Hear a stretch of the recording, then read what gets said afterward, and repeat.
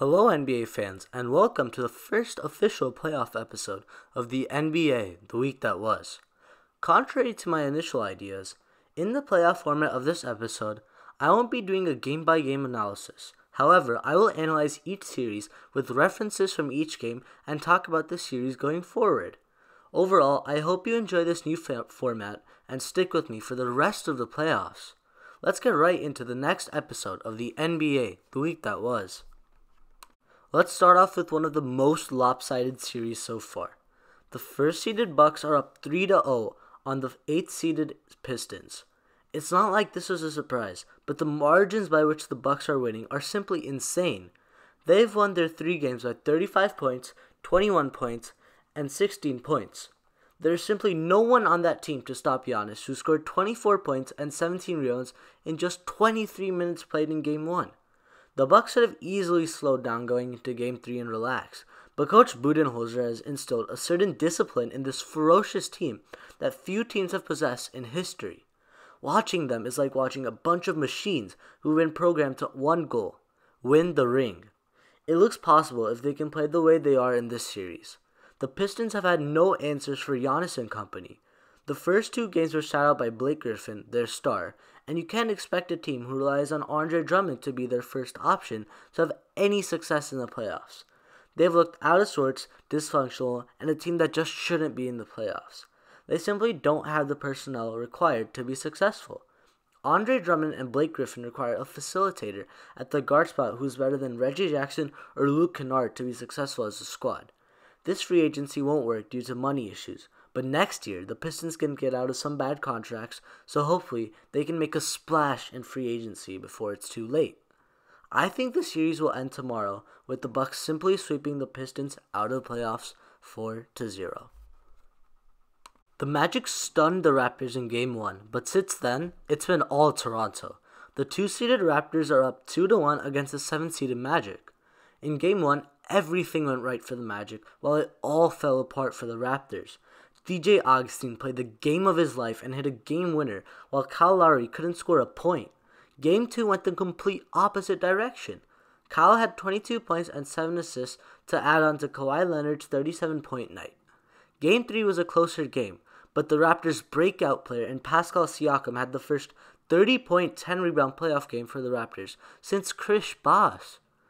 With the way things are going, Game 1 just seemed like an off night for the Raptors and the luckiest night for the Magic. Since then, the Raptors are back to playing their stingy defense and beautiful offense orchestrated by the new head coach, Nick Nurse. Kyle Lowry has bounced back from the horrid Game 1, and Kawhi Leonard is doing Kawhi Leonard things on offense and defense. All in all, the Raptors have moved on from Game 1 in the best way possible, and it looks like nothing will stop them in this first-round series. The Magic, on the other end, have been just as expected, if not a bit better. No one expected this team to make the playoffs, and when they somehow did, no one expected them to get even close to winning a game. Vucevic and his team surprised us once, but chances are it won't happen again. This series will end with back-to-back Raptors victories, 4-1. This series has been defined by the drama between Jared Dudley of the Nets and the whole 76ers team. The 3-seeded Sixers currently lead the 6-seed Nets 3-1 and are returning to Philly for Game 5. Even though there have been some outstanding performances by the likes of Ben Simmons, Joel Embiid, and Tobias Harris, the highlight of the series came at the hands of Jared Dudley. He has called out Simmons multiple times on Twitter throughout the season and during interviews. When asked about Ben Simmons just before the playoffs started, he said, "I think that Ben Simmons is a great player in transition. Once in the half court, I think he's average at best." Despite my full agreement with Dudley's statement, just imagine the audacity he had to cut out Simmons.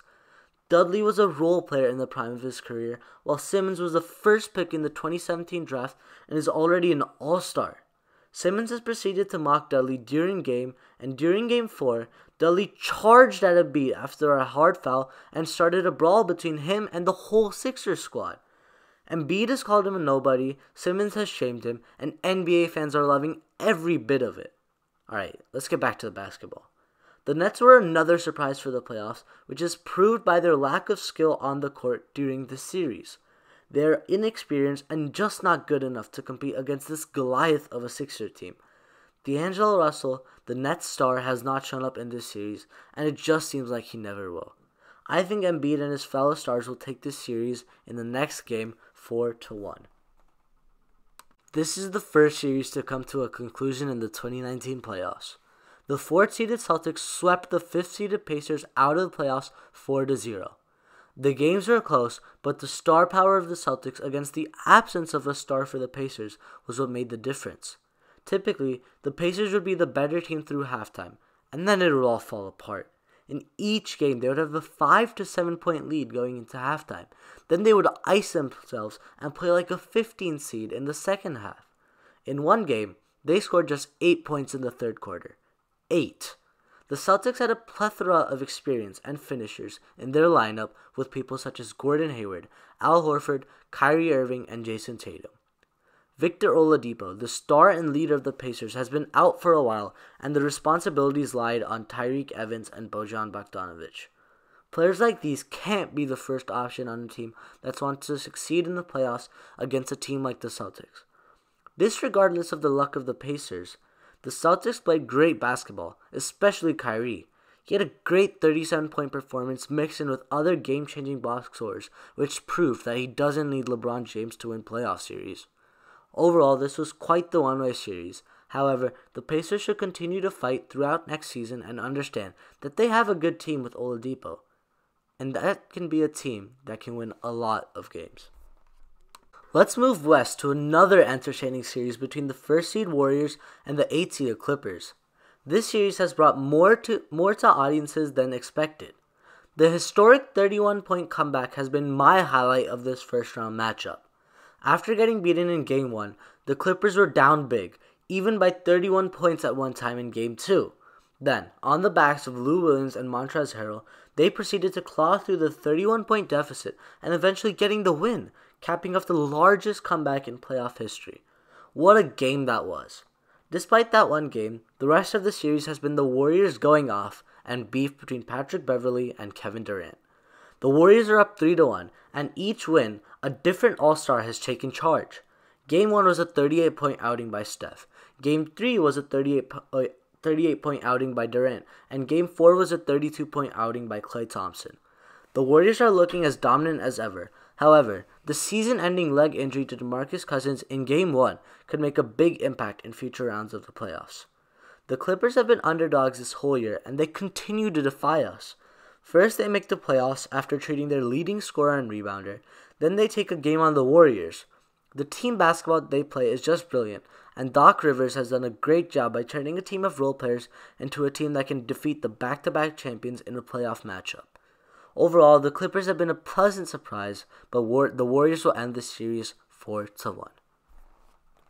This series might involve the lone upset of the first round. The 2-seed Nuggets are tied 2-2 with the 7-seeded Spurs. The experience of Coach Greg Popovich and his Spurs squad against the nervous energy of Coach Mike Malone and his Nuggets team has been great to watch. Sometimes the old-time Spurs get caught up by the young guys like Jokic and Jamal Murray. Sometimes the inexperience of the kids of Denver make life easy for Popovich and his team of old fighters. There have been some great individual performances in this unpredictable Nuggets against Spurs series. Derek White, the former Division II college player, dropped 36 points to lead the Spurs to a Game 3 victory. Jamal Murray scored 23 of his 24 points in the fourth quarter to lead the Nuggets to a comeback win in Game 2. Many more notable performances by stars and role players alike have been the defining part of this series. It could go any way at this point. It's tough to choose. Can the Spurs play like they did in Games 1 and 3? Play the stifling defense and their pass-first oriented offense that they've been playing for the past 25 years to the best of their capabilities? Or will the Nuggets be that fiery young team that they have been all year and take the series home? I predict that the experience of the Spurs will make them pull away from the Nuggets in Game 7 and they take the series 4-3. Us against Dame. This heated rivalry between two top point guards of this decade has made this series my favorite matchup of the first round.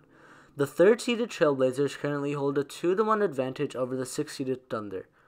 Damian Lillard has been balling. Russell Westbrook has been playing too, but nowhere near Lillard's production. Games 1 and 2 were defined by the confidence of Lillard. He dropped 30 points and 29 points to help the Blazers secure a 2-0 lead over the Thunder on 2 home games. The Thunder couldn't score the ball or defend against Lillard, McCollum, and team in these first 2 games. Game 3, however, was a different story. Westbrook showed up with newfound confidence and motivation and put up 33 points and 11 assists to lead the Thunder to a victory over the Blazers. Lillard and Westbrook have been one-upping each other in the box score, but the jawing and trash talk on and off the floor have made this series the best to watch.